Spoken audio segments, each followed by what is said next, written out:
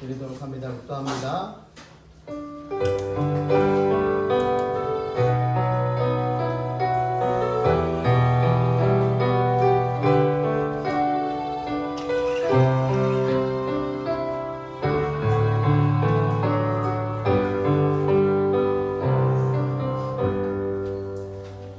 여호와는 내게 복을 주시고 너를 지키시기를 원하며 여호와는 그의 얼굴을 내게 비추사 은혜 베푸시기를 원하며 여호와는 그 얼굴을 내게로 향하여 주사 평강 주시기를 원하노라.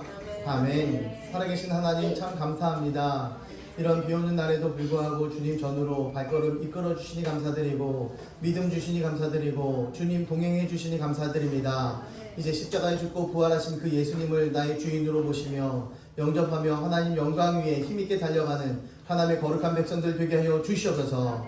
오늘 드려지는 예배 가운데 성령 충만케 하시고 하나님과 함께 드려지는 귀한 시간 되게 하여 주시옵소서. 이 모든 말씀 살아계신 예수님 이름으로 감사드리며 기도드립니다. 아멘. 자, 이거 In the Beginning이라는 찬양인데요, 우리 민지 선생님이 저기 작곡하신 민지 선생님 작곡하신 그런 찬양입니다. 우리 함께 한번 들어보고, 오늘은 또 한번 들어보고 다음 주부터는 계속 잘 배워봅시다.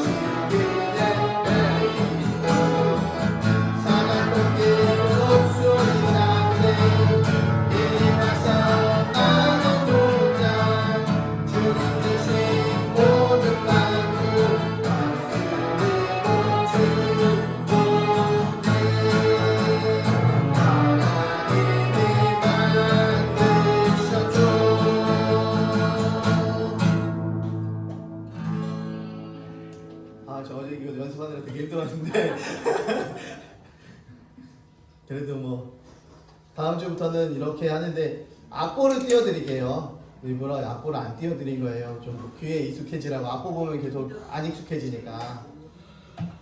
우리 전능자가 이 땅에 오셨다 가셨다 찬양 드리도록 하겠습니다.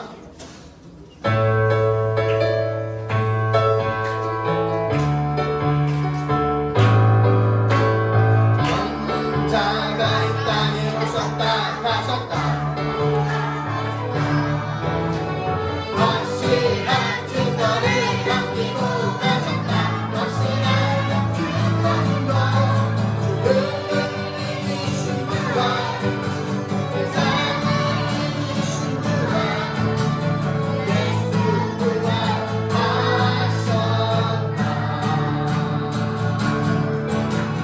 할렐루야 찬양 우리 모두 찬양 성경대로 죽으시고 부활하신 주 모든 만물들아 기뻐 찬양하라. 예수 부활하셔. 전능자가 이 땅에 오셨다 가셨다. 전능자가 이 땅에 오셨다 가셨다. 확실한 증거를 남기고 가셨다. 확실한 증거 주를 이기신 분과 세상을 이기신 분과 예수 부활하셨다.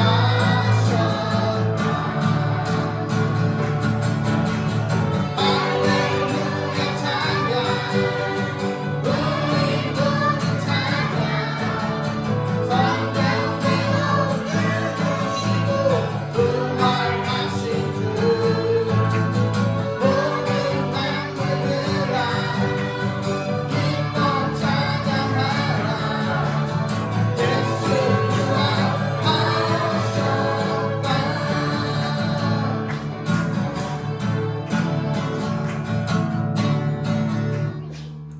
우리 마귀는 생각대로 하나님은 성경대로죠.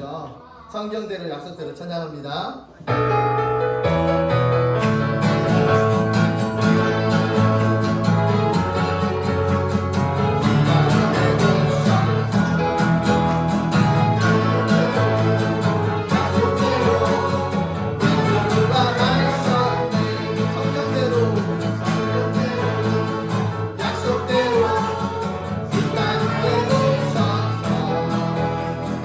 성경대로 약속대로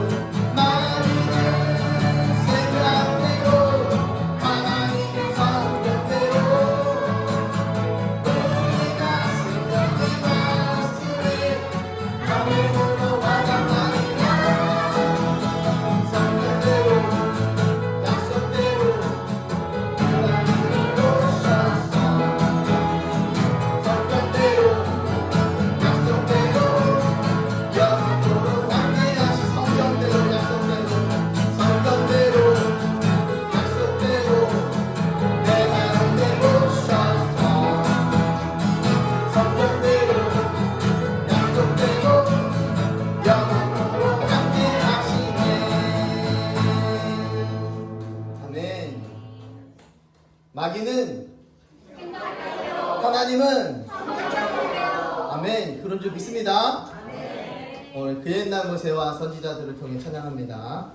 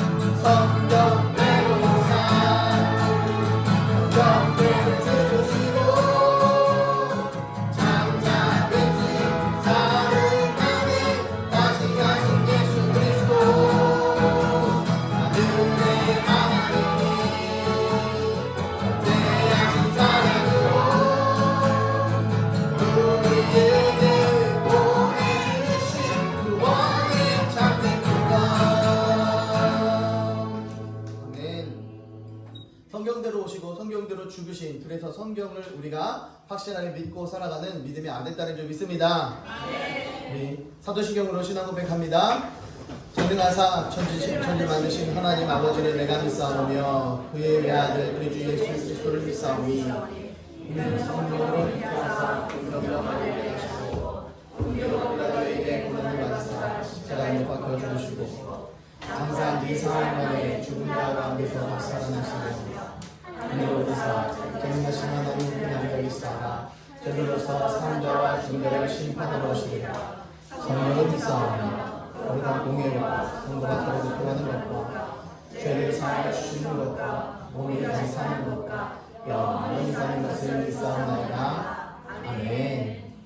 모두 일어나셔서요. 교독문 32번 시편 71편 교독합니다. 자, 일어나서 차렷.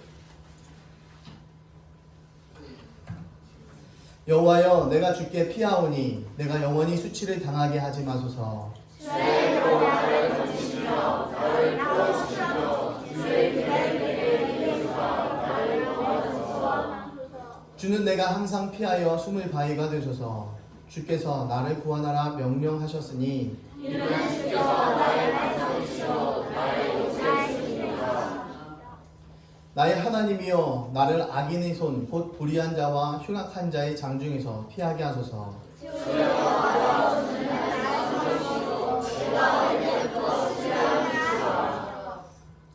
내가 모태에서부터 주를 의지하였으며 나의 어머니의 배에서부터 주께서 나를 택하셨사오니 아멘. 아멘. 이단식 기사님 대표에서 기도합니다.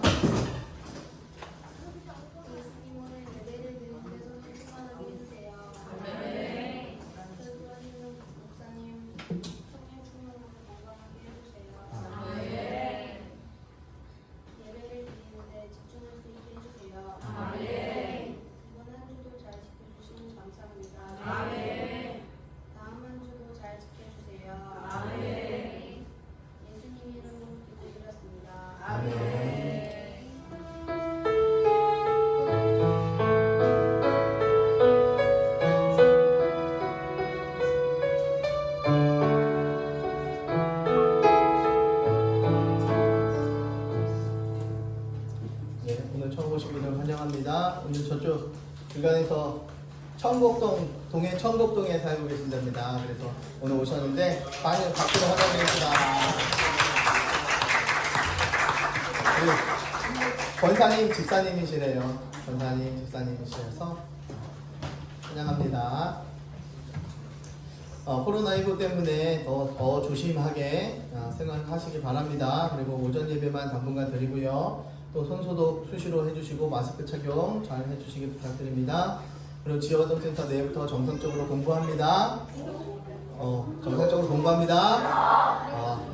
자, 바이블 타임 8분 안 가져가시는 분이 있는 것 같아요. 개인 기도 오전에 10시 우리 cam성교회 기도할 때 같이 합니다. 그리고 오후 8시 또 각자 오셔서 개인 기도 하십니다. 그리고 시간 날 때 자유롭게 하시면 되겠습니다. 그리고 22일날 여기 안 썼는데요. 22일날이 다다음 주죠. 다다음 주에 변대현 선교사님 오시기로 이렇게 시간이 정해졌습니다. 그래서 21일날 오셔서 뭐 22일날 가실지 23일날 가실지 잘 모르겠다고 하더라고요. 그래서 본인은 또 낚시도 하고 싶다고 그렇게 얘기하시더라고요. 네, 그래요. 변대현 선교사님 오시니까 위에서 계속해서 기도 부탁드립니다. 자, 모두 일어나셔서요. 말씀 받습니다. 차렷. 동아 차렷. 그렇지. 기대지 말고.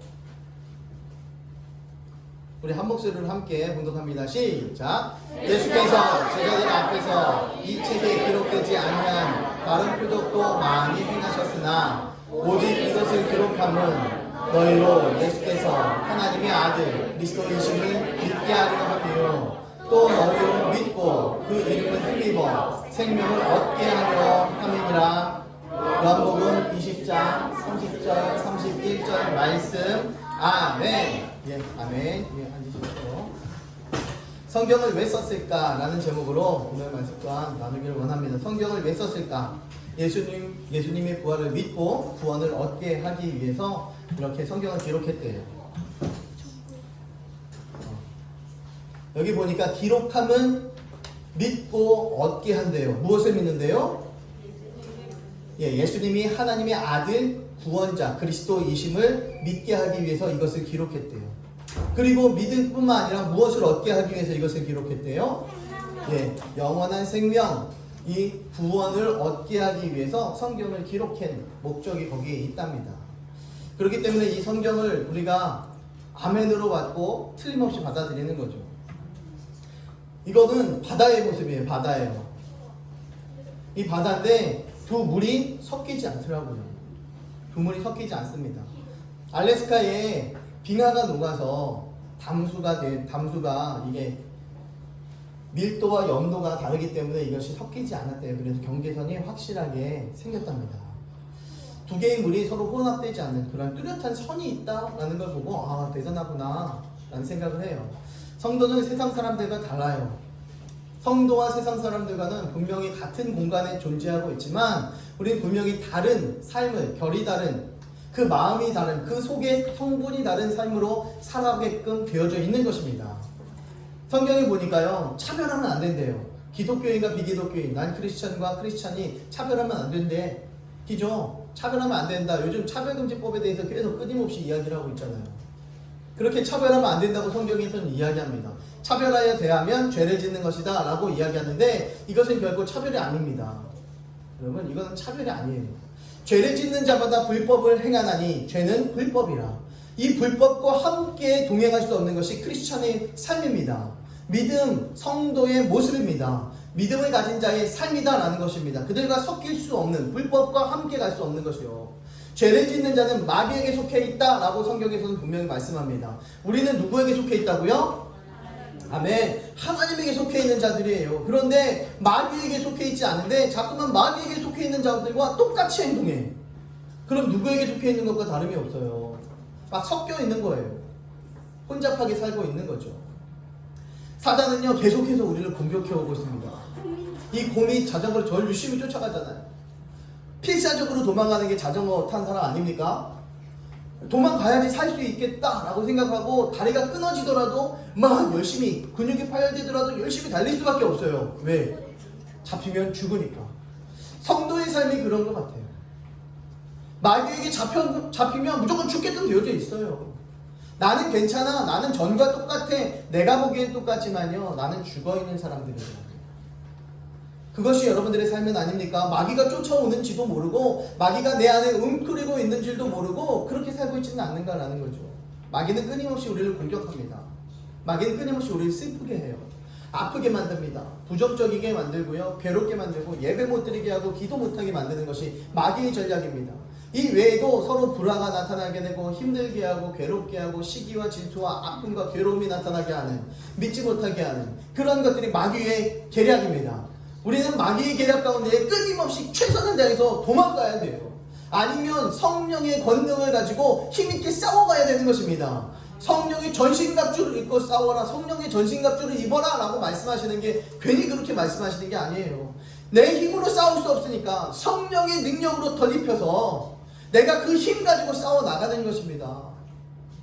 성도는 많은 위협 속에서 살아가요. 지금도 여전히 마찬가지고 우리도 마찬가지입니다. 그리고 세상과 타협도 하고 세상의 순응도 합니다. 그래서 세상과 타협하지 않고서는 요즘은 살기가 어려운 시대다라고 그렇게 이야기를 해요. 그런데 초대교회 성도들을 바라보니까요, 세상과 타협하지 않고 살았더라고요. 목숨이 간당간당하고 감옥에 갇히고 죽음을 맞이할지언정 와, 대단한 신앙을 가지고 있더라고요. 어떻게 이렇게 살 수가 있었을까? 어떻게 크리스천들이 어떻게 이렇게 살아낼 수가 있었을까? 도대체 어떤 믿음을 가지고 있었길래 이렇게 살아낼 수가 있었을까라는 것을 봅니다. 그들은요, 어떤 심오한 믿음과 강력한 체험을 하는 게 아니더라고요. 그들의 믿음은요, 사실로부터 출발했습니다. 사실. 예수님의 제자들은요, 기록했어요. 필수적으로 기록한 게 있어요. 사복음서에. 이 사복음서는요, 마태복음, 마가복음, 누가복음, 요한복음이에요. 제자들이, 함께 동행했던 제자들이 직접 눈으로 보고 기록을 했던 말씀입니다. 예수님의 생애가 고스란히 기록이 되어져 있고 예수님의 공생애가 또 역시 잘 기록이 되어져 있는 장면이죠. 그렇게 사복음서 저자들이 필수로 기록해 놓았던 것이 무엇인가 보니까요, 십자가에 못 박혀 죽은 그 예수님께서 다시 살아나셨고 우리가 그 예수님을 만났다, 이거였습니다. 그것이 무엇입니까? 사실이었어요. 예수님이 십자가에 죽고 부활하고 내가 만났어. 그게 사실이기 때문에 그 신앙을, 그 믿음을, 그 하나님을 놓칠 수가 없었다라는 것입니다. 목숨 걸고 신앙생활을 할 수밖에 없었다라는 거예요. 오직 이것을 기록하면 믿게 하고 얻게 하려 함이니라 라고 성경에서는 분명히 말씀하고 있습니다. 그래서 예수님의 제자 사도 요한은 이것을 계속해서 끊임없이 기록을 했습니다. 요한복음, 요한 1, 2, 3, 또 요한 계시록, 이렇게 5권을 기록한 대단한 사람입니다. 이 요한이라는 사람이 5권하고 사도 바울이라는 사람이 13권 아니면 14권을 기록했으면 신약 성경의 대부분을 이 두 사람이서 저술했다라고 이야기해도 과언이 아닐 정도로. 그런데 이것을 기록한 목적이 있더라고요. 예수님을 믿게 하고 또 예수님의 믿음을 통해서 구원을 얻게 하기 위함이다 라는 것을 정확하게 우리들에게 가르쳐주기 위함입니다. 어떻게 예수님을 믿고 어떻게 구원을 받는다? 잘 모르겠어요. 뭘 보고 믿어야 될지 잘 모르겠습니다. 확실한 증거인 세상 역사를 보면 우리는 믿을 수 있어요. 이 세상의 역사를 이렇게 들여다보고 있으면 예수님을 믿을 수 있게 되더라고요.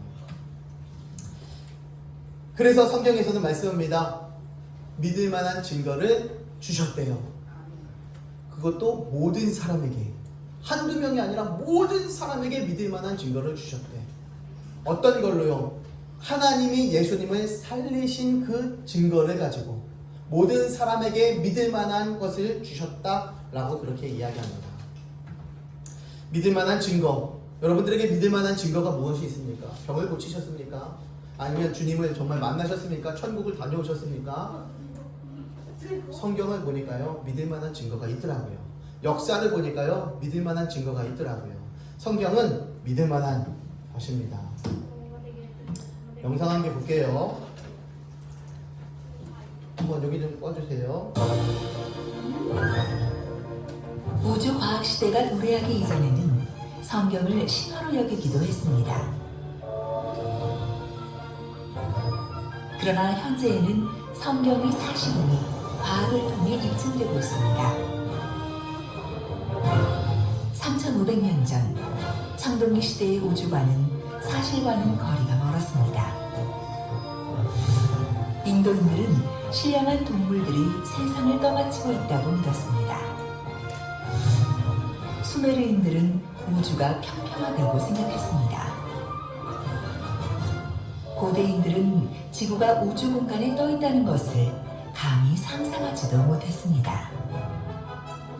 그런데 같은 청동기 시대 3500년 전의 기록인 욥기서에는 현대 천문학의 지식이 기록되어 있습니다. 땅을 공간에 다시며 성경은 마치 인공위성에서 지구를 촬영한 것처럼 묘사하고 있습니다. 욥기서는 약 3500년 전, 즉 청동기 시대의 기록임이 밝혀진 책입니다. 그런데 청동기 시대의 기록인 욥기서에 놀랍게도 현대 천문학의 지식이 기록되어 있는 것입니다. 지구가 공간에 떠 있다는 사실이 현대인들에게는 당연한 과학 상식이지만 과연 청동기 시대의 고대인들에게도 상식이었을까요? 1687년 아이작 뉴턴이 만유인력의 법칙을 밝혀내어 지구가 허공에 떠 있음을 증명하기 전까지 지구가 공간에 떠 있다는 성경의 말씀을 사람들은 말도 안 되는 이야기로 여겼습니다. 그러나 과학이 발달하면서 성경의 기록이 사실임이 입증된 것입니다. 또한 성경은 이미 3000년 전에 태양이 공전하고 있다고 기록했습니다.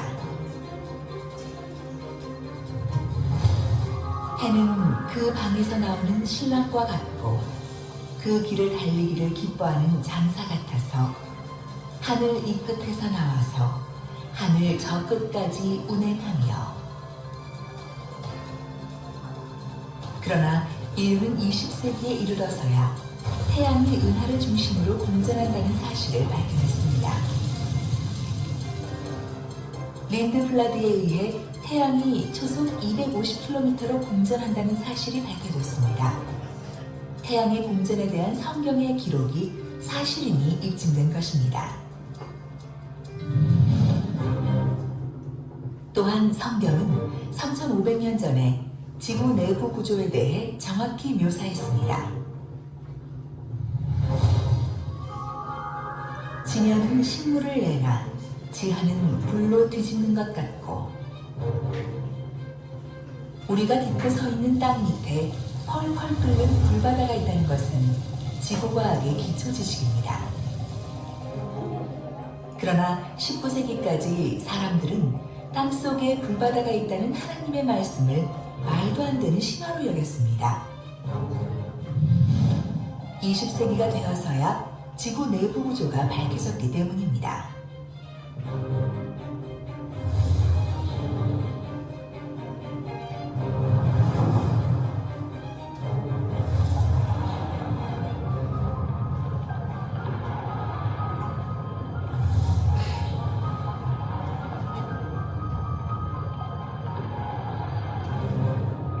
과학의 발달로 성경이 사실임이 밝혀진 것입니다.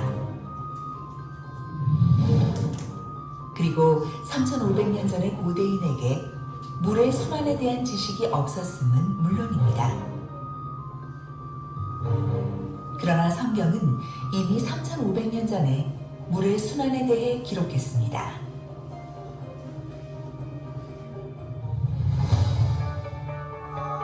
그가 물을 가늘게 이끌어 올리신즉 그것이 안개 되어 길을 이루고 그것이 공중에서 내려 사람 위에 쏟아지느니라. 물은 증발, 음결, 강수의 3단계를 거쳐 순환합니다. 바다나 강으로부터 매일 수백만 톤의 물이 태양열에 의해 증발되어 수증기가 됩니다. 이 수증기가 응결하면 구름이 되고 구름의 수증기 입자의 충돌로 물방울이 되면 비가 내리게 됩니다. 16세기에서 17세기가 되어서야 헤라울트와 마리오테가 실험을 통해 물의 순환을 밝혔습니다. 성경의 기록이 사실임이 다시 한번 과학을 통해 밝혀졌습니다.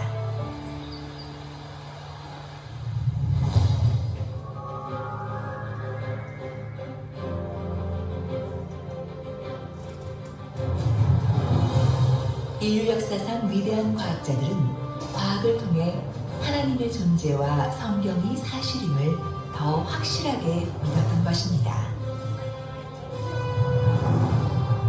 우주는 지극히 선하신 하나님께서 질서정연하게 우리를 위하여 만드셨다. 태양과 행성들 그리고 해성의 아름다운 체계는 이지적이고 능력 있는 분의 계획과 주관 아래서만 가능하다. 그리고 그러한 사실 때문에 그분은 주 하나님으로 불린다. 과학의 발견이 신앙적인 시각에 맞는 우주를 드러내고 있다. 이처럼 성경은 비과학적이 아니라 현대과학을 앞서는 초과학의 세계가 기록되어 있는 책입니다. 전능하신 하나님께서는 성경과 과학을 통해 당신의 위대하심을 충분히 보여주셨다. 문제는 하나님의 부족함이 아니라 우리의 우둔함이다. 성경을 믿으셔야 합니다. 성경은 우리를 구원의 길로 인도하는 유일한 경전입니다.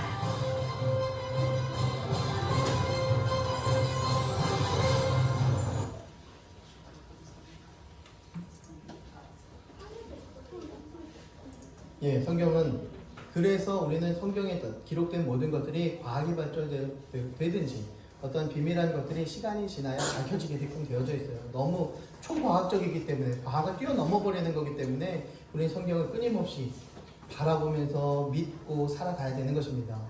기독교는 검증 가능한 믿음의 근거를 가지고 있어요. 성경을 통해서 또 역사를 통해서 믿음의 대상 예수 그리스도는 그냥 막연한 존재가 아니에요. 그냥 상상의 존재가 아니다라는 것입니다. 인류의 역사 속에 실제로 존재하신 분이 우리 예수 그리스도입니다. 예수님 역사성 또 하나 볼게요.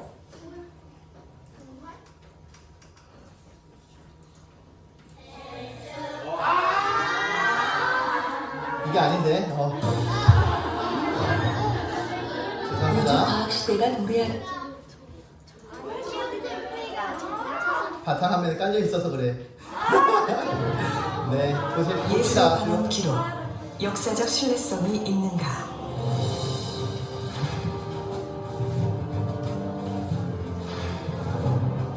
예수의 생애를 담고 있는 성서의 역사적 신뢰성에 대해 문제를 제기하는 사람들이 있습니다. 그렇다면 역사적 신뢰성은 어떤 기준으로 어떻게 뒷받침할 수 있을까요? 일반 역사의 신뢰성을 뒷받침할 수 있는 4가지의 기준이 있습니다. 이렇게 4가지의 기준으로 고대사와 예수의 역사 기록을 비교해 보겠습니다. 구전 전승기간이란 역사적 인물의 생애 혹은 가르침이 문서로 기록되기 전 입에서 입으로 전해진 기간을 말합니다. 구전 전승기간이 짧을수록 그 내용이 변하지 않은 역사적 사실에 가깝다고 할 수 있습니다. BC 2333년에 나라를 세운 단군의 이야기는 이련 스님이 삼국유사에 기록하기까지 약 3600년간의 구전 전승 기간을 거쳤습니다. BC 6세기에 살았던 부처의 생애는 부처가 죽은 지 최소 230년에서 600년 후에 문자로 기록된 것입니다. 이슬람교의 창시자 무함마드의 전기는 무함마드의 사후 약 135년이 지난 AD 767년에 기록되었습니다. 공자의 생애에 관한 유일한 책은 사마천의 공자세가입니다. 공자가 사망한 지 약 400년 후에 기록되었다고 합니다.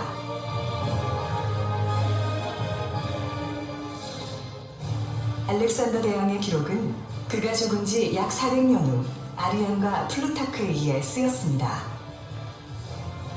예수와 동시대에 살았던 로마 황제 티베리우스에 대한 기록의 구전 전승 기간은 얼마나 될까요? 황제에 관한 중요한 역사 기록들은 티베리우스 황제가 사망한 지 약 80년 후에 기록되었습니다.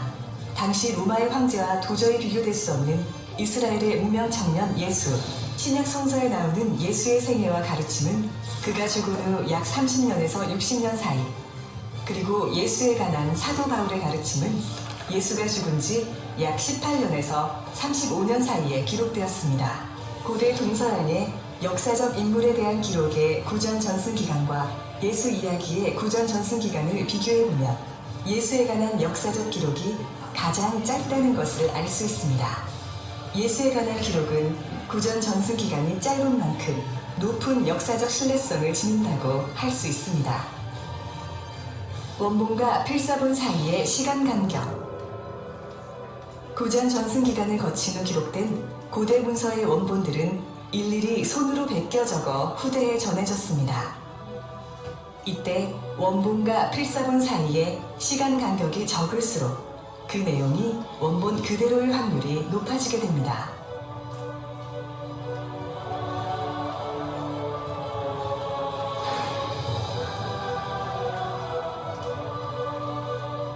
사본의 개수. 고대 기록물 중에서 성서만큼 많은 개수의 사본이 존재하는 기록물은 없습니다. 사본의 수가 많을수록 내용의 신뢰성은 높다고 할 수 있습니다.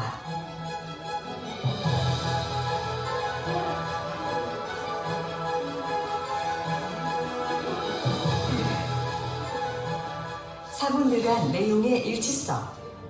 신약 성서는 사본도 매우 많지만 사본들끼리 서로 비교했을 때 그 내용이 놀라울 만큼 일치한다는 것을 알 수 있습니다. 일반 역사의 신뢰성을 가늠하는 4가지 잣대로 살펴본 예수에 대한 기록의 신뢰성. 이 사실들이 말하고 있는 것은 무엇일까요? 예수는 이 세상에 살았던 역사적 인물 중에서 가장 확실한 역사적 신뢰성을 가졌다는 것입니다. 만일 예수의 역사성을 부인한다면 반드시 고대 다른 인물들의 역사성도 함께 의심해야 할 것입니다. 신약 성서에는 하나님의 아들 예수 그리스도의 삶과 가르침이 그대로 기록되어 있습니다.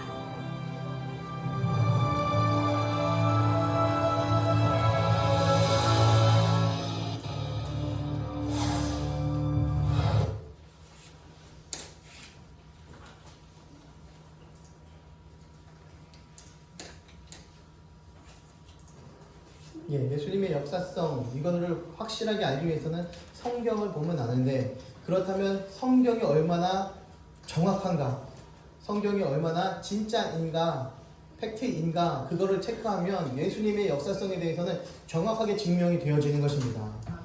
그런데 오늘 아까 본 영상처럼 모든 다른 것들은 다 사본들이 1.2m, 제일 많은 게 사본이 1.2m. 근데 성경의 사본은 막 1.6km 막 이렇게 되어지다 보니까 비교가 되어지지 않을 만큼 정확한 것이 바로 이 성경이다라는 것인데, 이 성경의 핵심을 바로 예수 그리스도로 잡은 것입니다. 왜냐하면 이것을 기록하면 예수를 믿게 하며 그 분을 믿어서 구원을 우리들에게 얻게 하기 위한 목적이 거기에 들어가 있기 때문입니다. 역사에 대한 평가는 다르게 볼 수 있어요. 예수님이 십자가 못 박혀 죽은 사실을 다른 사람은 다른 각도로 쳐다볼 수 있고, 예수님이 부활했다는 사실을 다른 이야기로 바라볼 수 있습니다. 하지만 일어난 사실만은, 예수님이 십자가에 죽고 부활했다, 이 사실만은, 팩트만은 변할 수가 없는 것입니다. 이 팩트만은 변하지 않아요. 그래서 빈 무덤에 관련되어져서는 사람들이 많이 예수님의 제자들이 훔쳐갔다는 이야기도 있고, 예수님이 안 죽었고 설 죽었다, 그래서 다시 살아나서 도망간 거다. 그런데 그 지키고 있었던 로마 군병들을, 그 무서워서 도망갔던 제자들이, 그 로마 군병이 무서워서 그 앞에 모두 다 도망갔던 사람들이 지키고 있는 시체 하나 데리고 살기 위해서, 시체 하나 가지고 가기 위해서 목숨 걸겠습니까? 죽은 사람을 위해서. 아직 살아있을 때도 목숨 못 걸었는데. 그래서 그것은 가능하지 않다라고 그렇게 바라보는 것이고, 예수님이 십자가에 죽었다, 거기서 죽지 않고 다시 목숨은 살아있었다, 목숨은 붙어있었다, 그래서 도망갔다, 이거는 이제 그 현장에서 로마 군병들이 예수님을 죽일 때 그 사람들이 하는 직업이 뭐였습니까? 죽이는 거였어요. 사형 선고 내리는 사람들이었어요. 직접 죽이는 사람들이었습니다. 그런데 예수님만 설 죽였을까요? 그렇지 않았다라는 거예요. 확실하게 죽음을 확인했어요. 의학적으로도 확인했고, 예수는 역사다라는 책에서 책에서 또 영상에서 보셨잖아요. 그 예수님이 죽음이 확실했다. 확실히 죽었었다. 그런데 그 예수님을 어떻게 했대요? 만났대요. 그 예수님을 만났대. 그래서 우리는 그 부활을 바라보면서 담대하게 목숨까지 걸 수 있었다라는 것을 성경에서는 말씀해주고 있는 겁니다. 그렇게 얘기하니까 성경이 진짜여야 우리도 그걸 믿죠.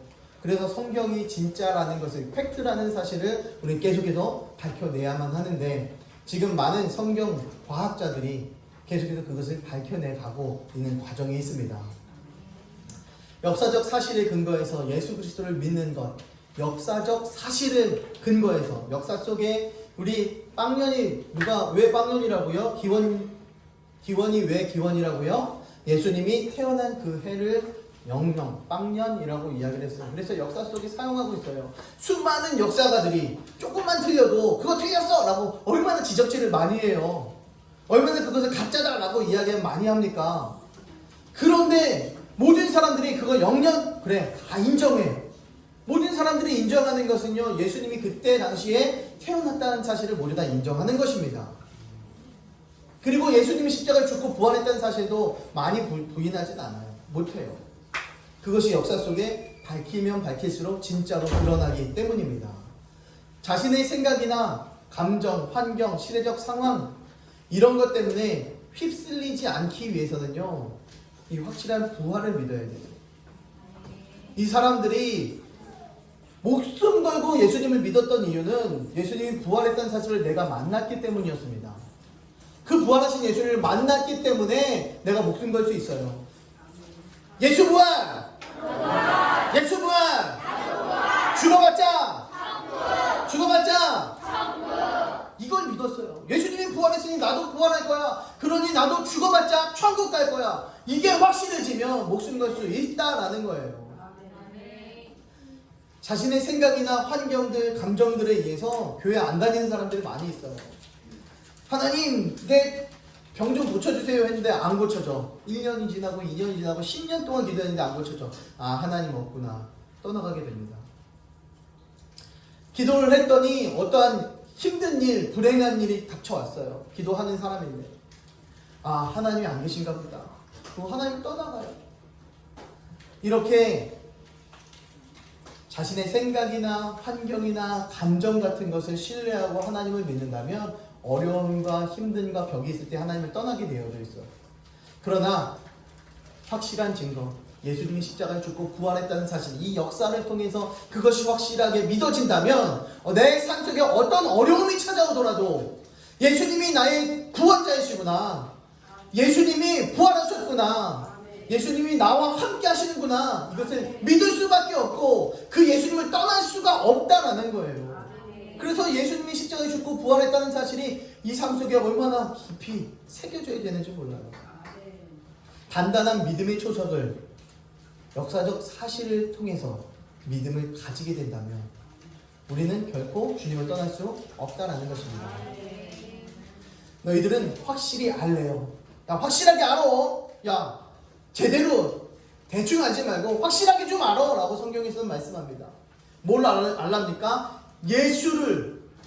그 예수를 하나님께서 주인과 주와 그리스도 구원자가 되게 하셨다라고 말씀합니다.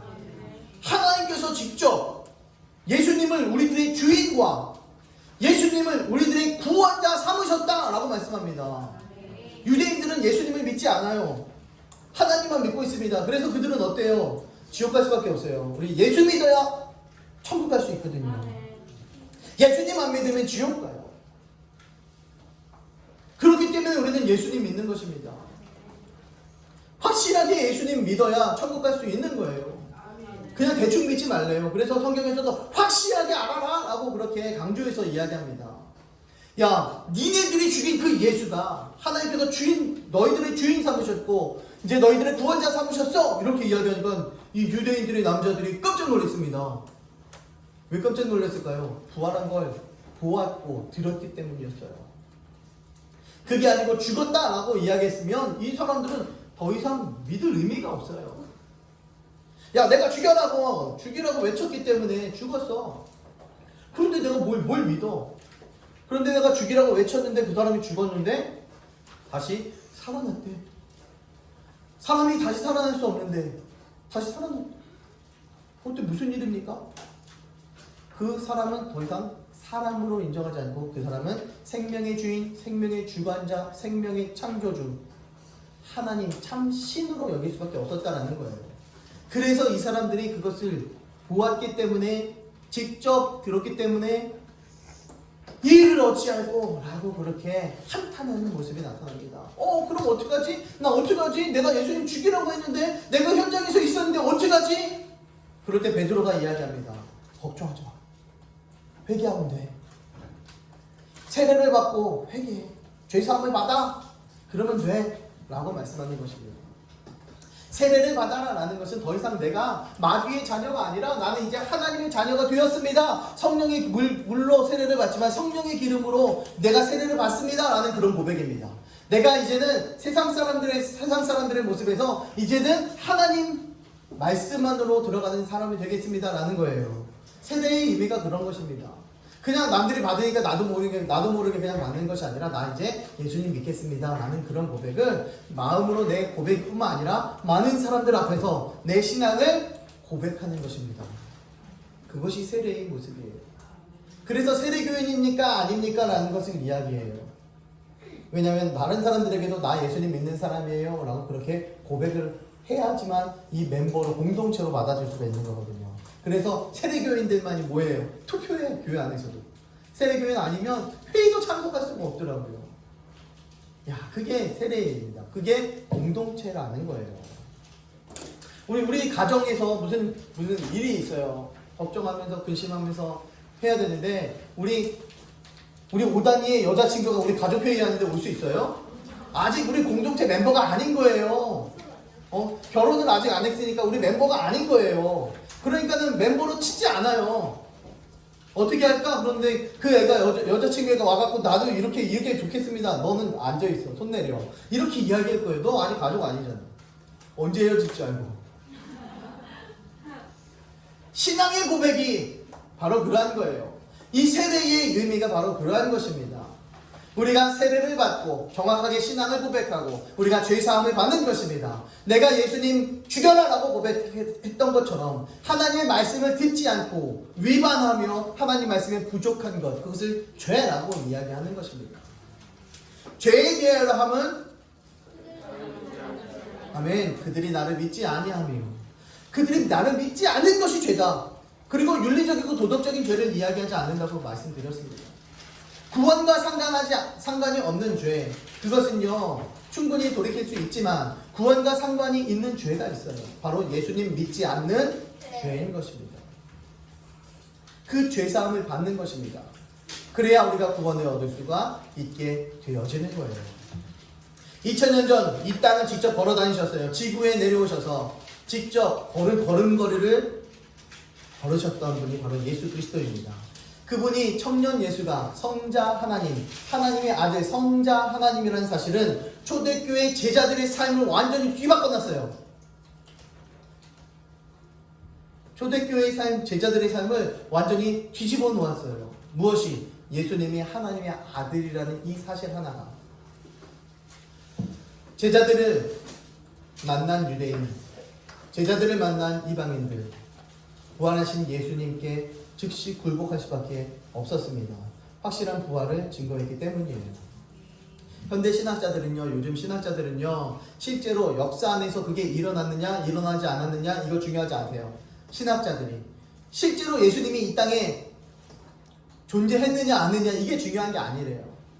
그냥 우리에게 가져다주는 의미만 중요합니다. 그게 중요하대. 의미만. 실제 팩트가 아니라, 팩트체크가 아니라 의미만 중요하다라고 이야기합니다. 역사성을 상실한 그런 의미는 무의미한 거예요. 예수님이 이 땅에 오셔서 십자가에 죽고 부활하신 사실이 아니라면 우리는 예수님 믿을 의미가 없어요. 이게 팩트가 아니라면 무의미하다라는 것을 이야기하는 것입니다. 정말 예수님이 실존 인물일까요? 한번 볼까요? 다시 한번 영상 보겠습니다.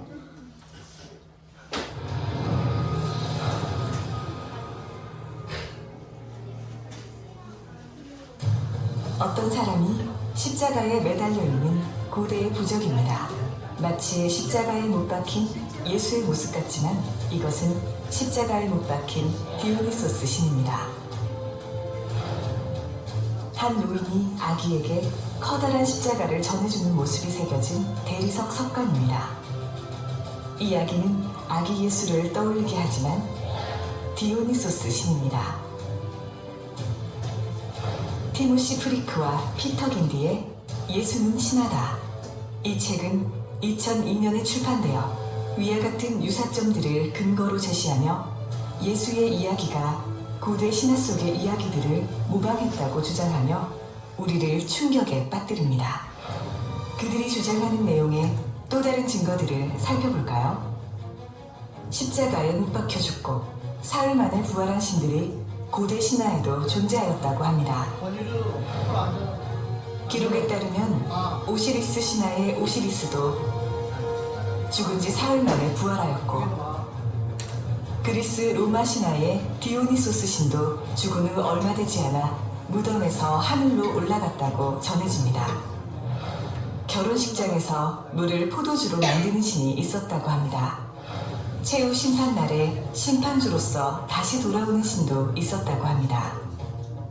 페르시아에서 기원해 2세기에서 4세기 전 로마 제국에서 유행한 미트라스 교의 신도들은 미트라스도 하늘에 올라가서 종말의 때를 기다리고 있다고 믿었습니다. 그 밖에도 예수는 신하다의 저자들은 유사점으로 세례 의식과 빵과 포도주를 먹는 영성체 의식 등을 예로 들고 있습니다. 고대 신화 속 이야기와 예수 이야기의 유사점을 우리는 어떻게 이해해야 할까요? 예수의 이야기가 고대 신화를 모방했다는 주장은 과연 진실일까요? 우리는 정반대의 주장을 펼쳐봅니다. 오히려 현재까지 전해져 내려오는 고대 신화들의 이야기가 예수의 이야기를 모방한 것은 아닐까 하고 말입니다.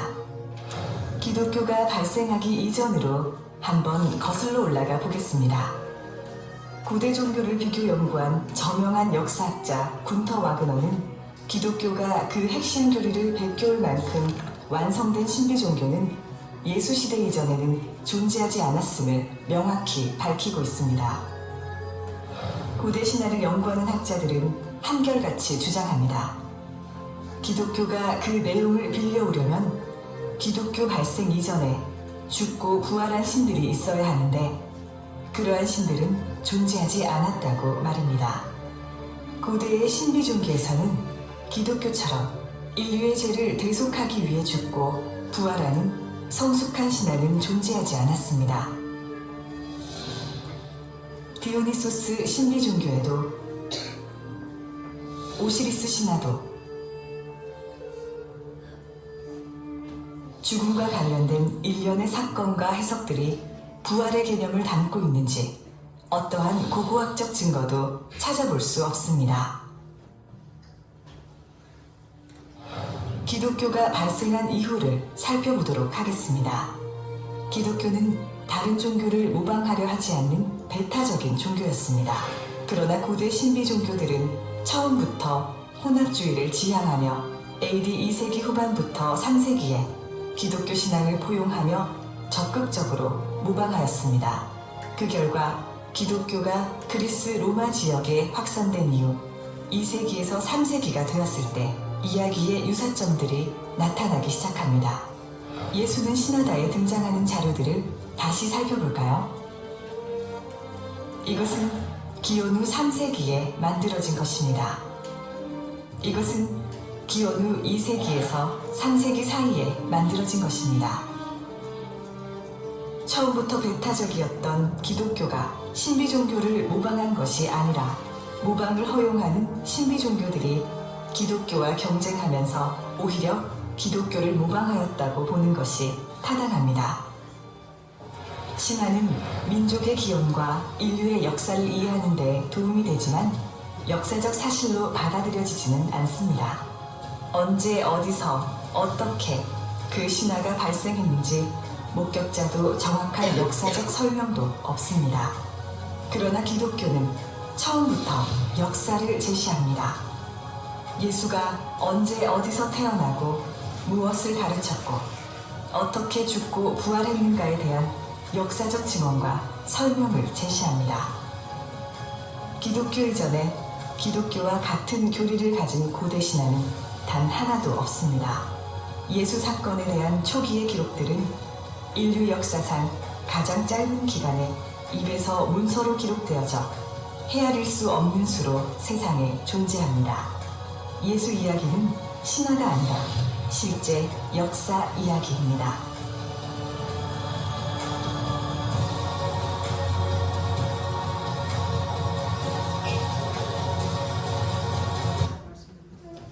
자, 여기서 오늘 여기 말씀해 보면 누가복음 1장 1절과 2절 말씀해 보니까요.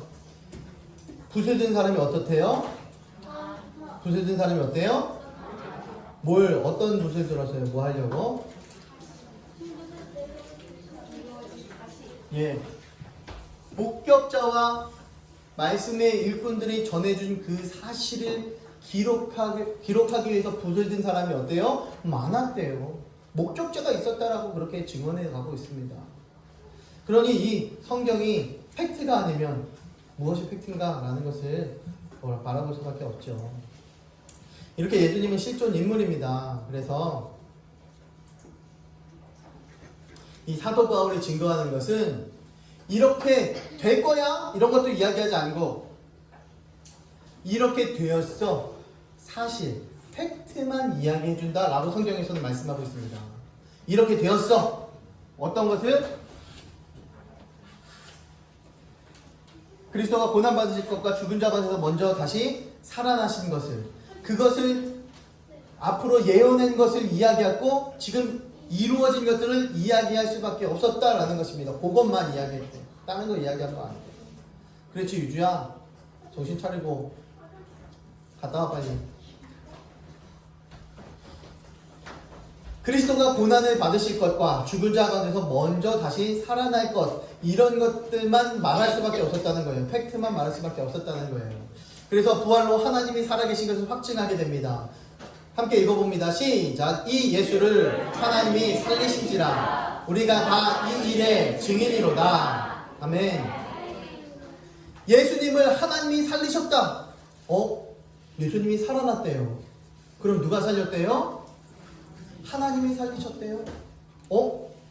하나님이 살아계시니까 살릴 수 있지. 하나님이 계시니까 살릴 수 있지. 하나님이 없었다면 예수님을 살릴 수가 없다라는 것입니다. 부활을 통해서 하나님이 정말 살아계시는구나, 하나님의 능력이 있구나, 하나님이 창조주시구나, 이것을 정확하게 증명해 줄 수 있다라는 거예요. 부활로 예수님이 성자 하나님 것을 확증합니다. 예수님이 하나님 된 것을 부활하사 능력으로 하나님의 아들로 선포되었다. 하나님의 아들로, 그 능력자 예수님을 살리신 하나님께서 아들로 선포하셨다라는 것입니다. 부활로 성경의 모든 말씀을 믿을 수 있다라고 성경에서 말씀하고 있어요. 우리 함께 읽어봅니다. 시작. 죽은 자 가운데서 살아나신 후에야 제자들이 이 말씀하신 것을 기억하고 성경과 다시 한번 읽겠습니다. 자, 자, 시작. 죽은 자 가운데서 살아나신 후에야 제자들이 이 말씀하신 것을 기억. 다시 한번 읽겠습니다. 시작. 죽은 자 가운데서. 자, 다시 한번 읽겠습니다. 시작. 죽은 자 가운데서 살아나신 후에야 제자들이 이 말씀하신 것을 기억하고 성경과 예수께서 말씀. 아멘. 우리 동화만 한번 크게 읽어봅니다. 시작. 크게 시작.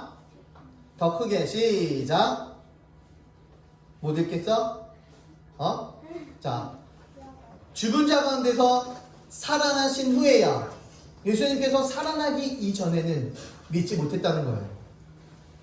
예수님께서 우리와 함께 동행하고 있었던 그 공생의 3년 그 기간에도 예수님의 제자들은 예수님이 하나님이라는 사실을 입술로 고백했지만 정말로 마음으로 믿지 못했다는 사실입니다. 그러나 부활하신 것을 본 이후에야, 만난 이후에야 제자들이 예수님께서 하신 말씀을 그제서야 믿었대요. 그제서야 성경에서 예수님 십자가 죽고 부활할 거야, 예수님을 고난당할 거야, 어린 양을 보라라고 계속해서 이야기했던 300번이 넘도록 구약 성경에 예언했던 그 말씀이 그제서야 그 이야기가 이 이야기였구나. 그제서야 믿어지기 시작했다라는 사실이에요. 부활로 성경의 모든 말씀을 이제서야 믿을 수 있었다라는 것입니다. 부활하신 예수님 부활하시니까 성경의 모든 말씀이 진짜였구나. 그제서야 믿을 수 있었다라는 거예요. 그러니 이 성경 말씀이 진짜인 성경 말씀을 소설만 좋아하지 말고 만화만 좋아하지 말고 이 성경 말씀도 정말 즐거워할 수 있는 정말로 팩트로 믿을 수 있는 믿음의 아들딸들 됩시다. 부활로 죄사함이 확증되어집니다. 이 부활을 통해서 만약 살아나신 일이 없으면 죄 가운데 있을 거예요. 예수님이 살아나신 일이 없으면 죄 가운데 있을 건데 그 반대로 이야기하면 예수님이 살아나셨다면 우린 죄 가운데 없다라는 이야기예요. 부활을 통해서 우리들의 죄는 사함을 받을 수 있다라는 것을 성경에서는 말씀합니다. 살아났으니 우리는 죄 가운데서 없다. 예수님이 육체의 부활이 실제이기 때문에 하나님 예수님께서 살아 계신 것이 실제가 되는 것입니다. 성경 말씀이 실제가 되는 것입니다. 우리 죄를 위해 죽고 부활하신 예수 그리스도께서 지금도 우리와 함께 계신다라는 사실이 실제가 되어지는 것입니다. 부활이 있었기 때문에. 이렇게 명쾌해요. 단순합니다. 예수님이 부활해서 그걸 믿기만 하면 우리들의 전 인생의 신앙관이 뒤집어지는 겁니다. 지금까지 그냥 십자가만 바라보았다. 그 사랑만 바라보았다면 부활하신 그 주님을 바라보면서 우와 이제는 나도 살아날 거야. 이제 살아날 수 있겠구나. 이제 하나님이 나와 함께하고 계시는구나. 이 질그릇 안에 그 보배가 들어와 있구나. 내가 이제 힘있게 살아갈 수 있겠구나. 이제 희망이 생기는 것이고 진리가 우리를 어떻게 한대요? 아멘. 자유케 하는 것입니다. 그 자유함을 누리는 것입니다. 그 부활이 십자가의 부활이 이제 믿어지기만 한다면 이제 우리는 희망과 소망을 가지게 되어져 있다는 것입니다. 예수님이 십자가의 죽으심과 그 부활로 성경의 모든 것이 믿어진다. 이 사실이 깨달아지면요, 여러분 굉장히 큰 믿음이 생겨집니다. 더 이상 흔들리지 않는 믿음의 초석이 되어지는 것입니다. 이제는 내 마음 가운데 내가 주인이었다면 떠나가고 십자가에 죽고 부활하신 그 주님께서 나의 그 주인 되시는 그분께 순종하는데 한 번, 두 번, 세 번, 네 번이 아니라 100% 순종, 굴복하는 자리까지 내 마음의 주인, 내 인생의 주인 그분께 굴복하는 하나님의 거룩한 믿음의 아들딸들 되게 주님의 이름으로 축원합니다. 기도합니다. 사랑의 하나님 감사합니다. 이제는 예수님 죽고 부활했으니 우리도 죽고 부활할 줄 믿습니다. 하나님 나의 주인 되셨으니 내가 주인만 바라보며 힘있게 살아가겠습니다. 이제는 뒤로 물러서지 않겠습니다. 강하고 담대하게 승리하며 살겠습니다. 하나님 기름 부어주시고 인도하여 주시고 성경이 믿어지게 하여 주시옵소서. 확실한 증거 가지고 믿음 생활 잘하는 믿음의 거룩한 자녀들 되게 하여 주시옵소서. 이 모든 말씀 살아계신 예수님 이름으로 감사드리며 기도드립니다. 아멘. 준비하신 예물 드립니다.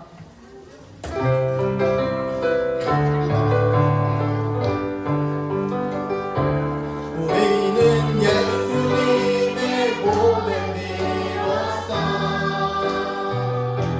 성령하는 하나님 하늘에 가죠.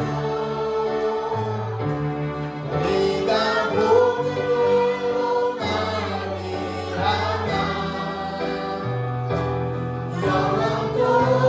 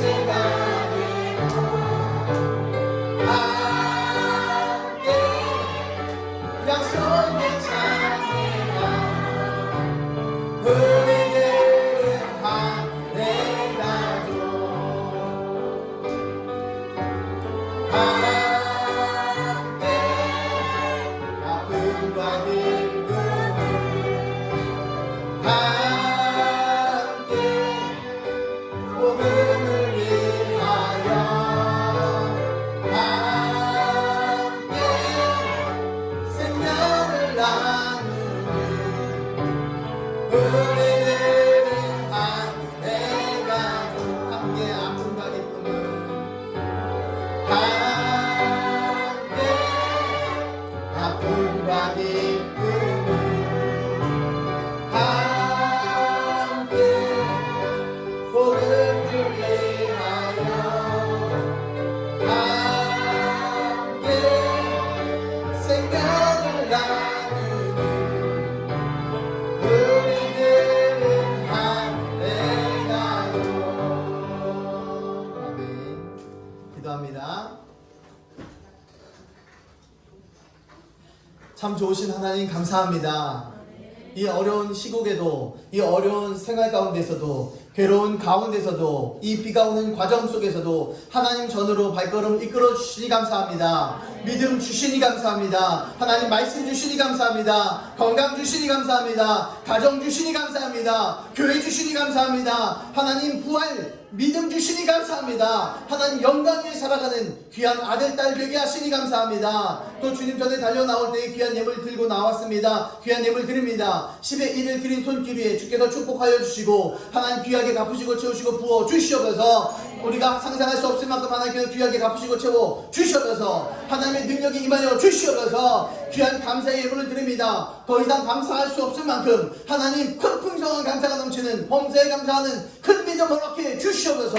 날마다 성장해 나가는 믿음의 자녀들 나누게 하여 주시옵소서. 하나님의 영광이 임하여 주시옵소서. 하나님 그 입술 가운데 생활 가운데 가정 가운데 감사의 일들만 넘치게 하여 주시옵소서. 구주의 예물을 드리며 선교의 예물을 드립니다. 심겨진 그 자리가 하나님 아름다운 생명이 열매가 맺게 하여 주시옵소서. 하늘 열매가 맺게 하여 주시옵소서. 들어진 손길 위에 하늘 상급이 아름답게 귀하게 쌓이게 하여 주시옵소서. 우리가 상상할 수 없을 귀한 것이 아름다운 보화가 쌓일 줄 믿습니다. 하나님 귀하게 갚으시고 채워 주시옵소서. 주정만큼 드립니다. 30배 60배 100배 우리가 하나님 상상할 수 없을 만큼 귀하게 채우시고 부어 주시옵소서. 그 삶 속에 그 손길 위에 가정 위에 사업체 위에 직장 위에 하나님 부어 주시옵소서. 물건뿐만 아니라 육신의 강건함도 필요합니다. 하나님 머리부터 발끝까지 강건케 하여 주시옵소서. 예수 보혈로 덮어주시고 성령의 기름 부어 주시옵소서. 오장육부 가운데 하나님 깨끗게 하여 주시고 강건케 하여 주시옵소서.